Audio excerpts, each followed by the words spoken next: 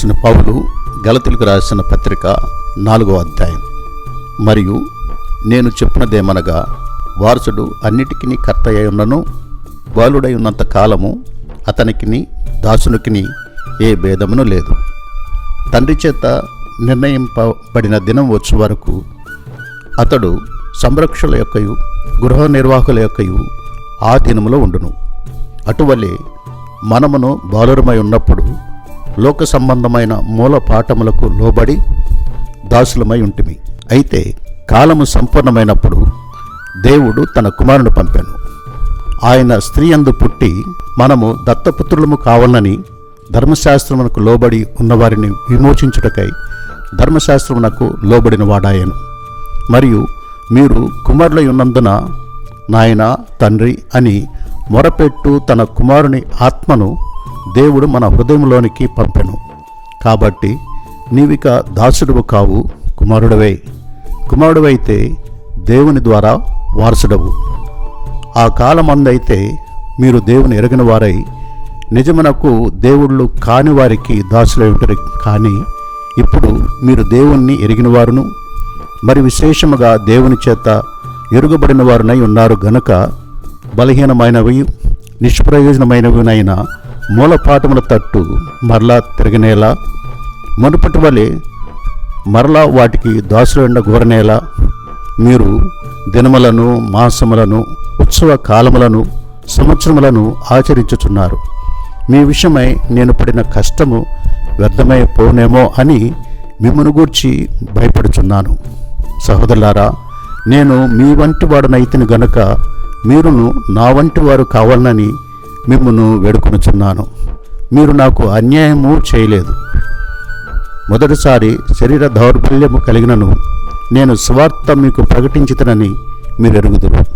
అప్పుడు నా శరీరంలో మీకు శోధనగా ఉండిన దానిని బట్టి నన్ను మీరు తృణీకరింపలేదు, నిరాకరింపనైనను లేదు. కానీ దేవుని దూత వలన క్రీస్తు వలన నన్ను అంగీకరించితిరి. మీరు చెప్పుకొనిన ధన్యత ఏమైనది? శక్యమైతే మీ కన్నుల ఊడబీకి నాకిచ్చివేసి ఉందరని మీ పక్షమున సాక్ష్యం పలుకుచున్నాను. నేను మీతో నిజమాడినందున మీకు శత్రునైతినా? వారు మీ మేలు కోరి మిమ్మను ఆసక్తితో వెంటాడువారు కారు. మీరే తమను వెంటాడవలనని మిమ్మను బయటికి తోసివేయగోరుచున్నారు. నేను మీ యొద్ద ఉన్నప్పుడు మాత్రమే కాక ఎల్లప్పుడూ మంచి విషయంలో ఆసక్తిగా ఉండుట యుక్తమే. నా పిల్లలారా, క్రీస్తు స్వరూపము మీ అందు ఏర్పడే వరకు మీ విషయమై మరలా నాకు ప్రసవేదన కలుగుచున్నది. మిమ్మల్ని గూర్చి ఎటు తోచగా ఉన్నాను. నేను ఇప్పుడే మీ మధ్యకు వచ్చి మరి ఒక విధముగా మీతో మాట్లాడగోరుచున్నాను. ధర్మశాస్త్రం లోబడి ఉండగోరు వర్లారా, మీరు ధర్మశాస్త్రం వినటలేదా? నాతో చెప్పుడి. దాసి వలన ఒకడును స్వతంత్రాలి వలన ఒకడును ఇద్దరు కుమారులు అబ్రహామునకు కలిగిరని వ్రాయబడి ఉన్నది కదా. అయినను దాసి వలన పుట్టినవాడు శరీర ప్రకారం పుట్టెను, స్వతంత్రాల వలన పుట్టినవాడు వాగ్దానమును బట్టి పుట్టెను. ఈ సంగతులు అలంకార రూపముగా చెప్పబడి ఉన్నవి. ఈ స్త్రీలు 2 నిబంధనలై ఉన్నారు. వాటిలో ఒకటి సినాయి కొండ సంబంధమైనదై దాస్యంలో ఉండుటకు పిల్లలు కనును. ఇది హాగరు. ఈ హాగర్ అనున్నది అరేబియా దేశంలో ఉన్న సినాయి కొండయే. ప్రస్తుతమందున్న యెరూషలేము దాని పిల్లలతో కూడా దాస్యమందున్నది గనుక ఆ నిబంధన దానికి దీటై ఉన్నది. అయితే పైనున్న యెరూషలేము స్వతంత్రముగా ఉన్నది. అది మనకు తల్లి. ఇందుకు కనని గొడ్రాలా సంతోషించము, ప్రసవ వేదన పడని దానా బిగ్గరగా కేకలు వేయము.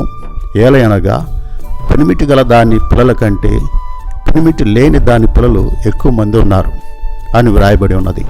సహోదరులారా, మనమును ఇస్సాకు వలె వాగ్దానమును బట్టి పుట్టిన కుమారులమై ఉన్నాము. అప్పుడు శరీరమును బట్టి పుట్టినవాడు ఆత్మను బట్టి పుట్టిన వాని ఎలాగ హింస పెట్టినో ఇప్పుడును అలాగే జరుగుతున్నది.